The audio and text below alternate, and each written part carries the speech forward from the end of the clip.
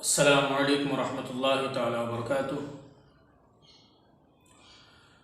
الحمد للہ الذی زین سماء العلوم بمصابیح العلماء العارفین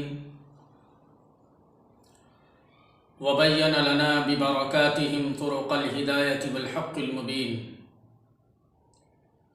والصلاة والسلام علی اشرف الانبیاء والمرسلین وعلى آلہ وصحبہ الطاہرین، اما بعد فاعوذ باللہ من الشیطان الرجیم، بسم اللہ الرحمن الرحیم، الحمد للہ رب العالمین، صدق اللہ العظیم، ان اللہ وملائکتہ یصلون علی النبی، یا ایہا الذین آمنوا صلوا علیہ وسلموا تسلیما، اللہم صلی علی سیدنا و مولانا محمد المصطفیٰ صلی اللہ تعالی علیہ وسلم۔ ناظرین اکرام،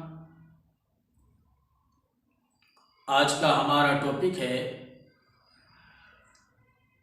اللہ پاک کی شان ربوبیت۔ آپ غور کیجئے کہ اللہ تعالی تمام مخلوقات کو کس طرح اس کی غذا فراہم فرماتا ہے، اور انگنت مخلوقات کے باوجود اللہ تعالی نے شریعت کا مکلف دو مخلوقوں کو بنایا، ایک گروہ انس اور دوسرا گروہ جن، یعنی جن و انسان کو۔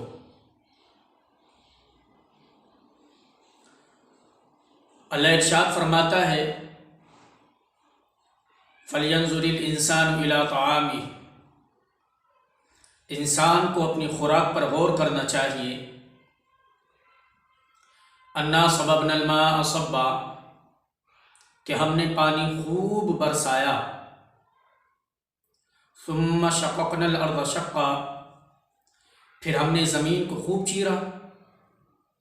فَأَنبَتْنَا فِيهَا حَبًّا، پھر اس میں پودے اگائے۔ وَعِنَبًا وَقَضْبًا، انگور اگائے اور سبزی اگائی۔ وَزَيْتُونًا وَنَخْلًا، زیتون اگایا اور کھجور اگائے۔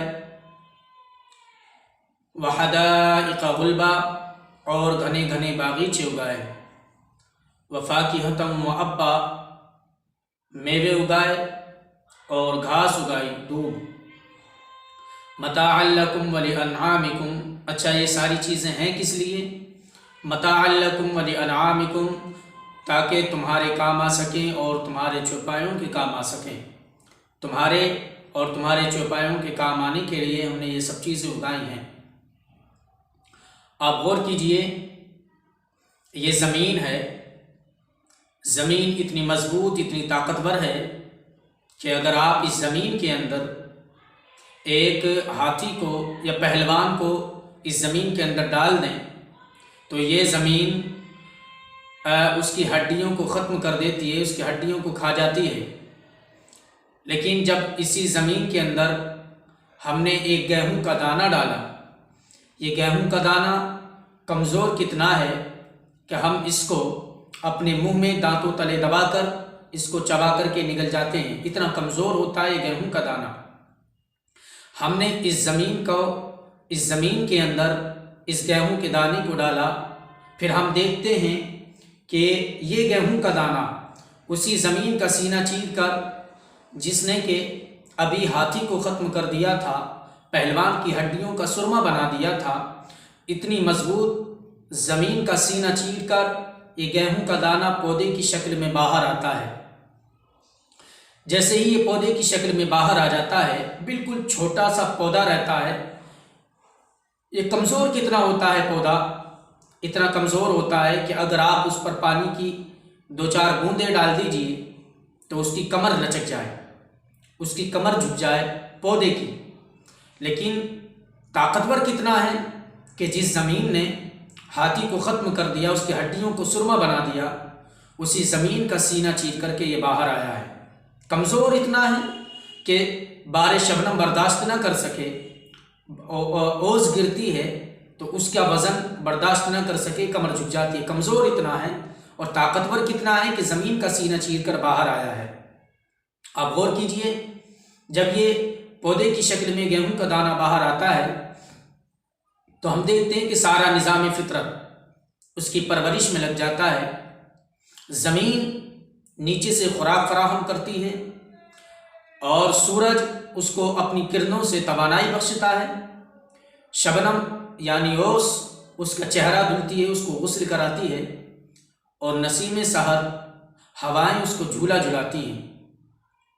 کبھی آپ نے اس پر غور کیا کہ جو زمین ہاتھی جیسی مضبوط مخلوق کو ختم کر دے، اس کی ہڈیوں کا سرما بنا دے، بڑے بڑے پہلوانوں کی یہ زمین نگل گئی، لیکن کیا وجہ ہے کہ ایک گیہوں کا دانہ اسی زمین کا سینہ چیر کر کے باہر آتا ہے؟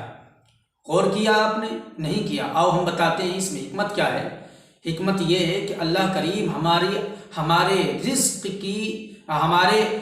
رزق کا انتظام فرما رہا ہے۔ زمین کا سینہ چیر کر کے گیہوں کے دانے کو باہر نکالتا ہے، یا جو بھی ہم بوتے ہیں اس کو باہر نکالتا ہے، اس سے ہمارے رزق کو فراہم فرماتا ہے۔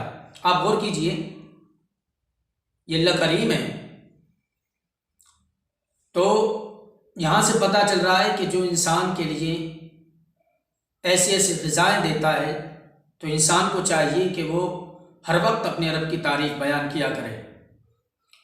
اور چونکہ آج 1 جنوری ہے، 2022 لگ گیا ہے، اس لیے ہم آپ سے مؤدبانہ عرض کریں گے کہ آپ اپنے گزشتہ سالوں کے جو گناہ ہیں ان سے توبہ کیجئے اور اس سال کو بہتر سے بہتر بنانے کی کوشش کیجئے، اور اپنے سماج کو، اپنے معاشرے کو آگے لے جانے کی کوشش کیجئے، کیونکہ ہم دیکھ رہے ہیں کہ ہماری قوم انتہائی پسماندہ ہے۔ انشاءاللہ اگر آپ اچھی طریقے سے قدم نکالیں گے تو ہماری قوم پھر اپنی عظمت رفتہ کو حاصل کر سکتی ہے۔ تو آپ غور کیجئے، اس طرح اللہ تعالیٰ مخلوق کو رزق عطا فرماتا ہے۔ آپ بات ایک اور سمجھ لیجئے، انسان ہے جب وہ پیدا ہوتا ہے تو اس کے پیروں میں اتنی طاقت نہیں ہوا کرتی کہ وہ اپنے پیروں پر کھڑا ہو سکے، لیکن کبھی آپ نے غور کیا کہ جب بکری کا بچہ پیدا ہوتا ہے تو اللہ تعالیٰ اس کی پیدائش کے فوری بعد اس کے پیروں میں اتنی طاقت عطا فرما دیتا ہے کہ بکری کا بچہ اپنے پیروں پر کھڑا ہونا سیکھ جاتا ہے۔ کبھی آپ نے غور کیا کہ انسان جو اشرف المخلوقات ہے اس کے پیروں میں اتنی طاقت نہیں دی جاتی پیدا ہونے کے فوری بعد کہ وہ کھڑا ہو سکے، لیکن بکری کے بچے کو اتنی طاقت دی جاتی ہے کہ وہ کھڑا ہو جائے۔ آخر کبھی غور کیا؟ ہم بتاتے ہیں کیا بات ہے۔ انسان کو گود لینے کے لیے اس کی ماں ہوتی ہے، اس کا باپ ہوتا ہے، اس کے بھائی بہن ہوتے ہیں، لیکن بکری کے بچے کو کوئی عمومی طور پر گود نہیں لیا کرتا، اس لیے اور نہ تو اس کی ماں اس کو گود میں لے سکتی ہے، نہ اس کا بھائی اس کو گود میں لے سکتا ہے۔ البتہ بکری کے بچے کے پیروں میں اتنی طاقت اللہ تعالیٰ عطا فرما دیتا ہے کہ بچہ اپنے پیروں پر کھڑا ہو کر کے اپنی ماں کا پستان چوس کر کے اپنا پیٹ بھر سکے۔ تو بات سمجھ میں آ گئی؟ الحمدللہ رب العالمین، تمام تعریفیں اس اللہ کے لیے جو ساری دنیا کا پالنہار ہے۔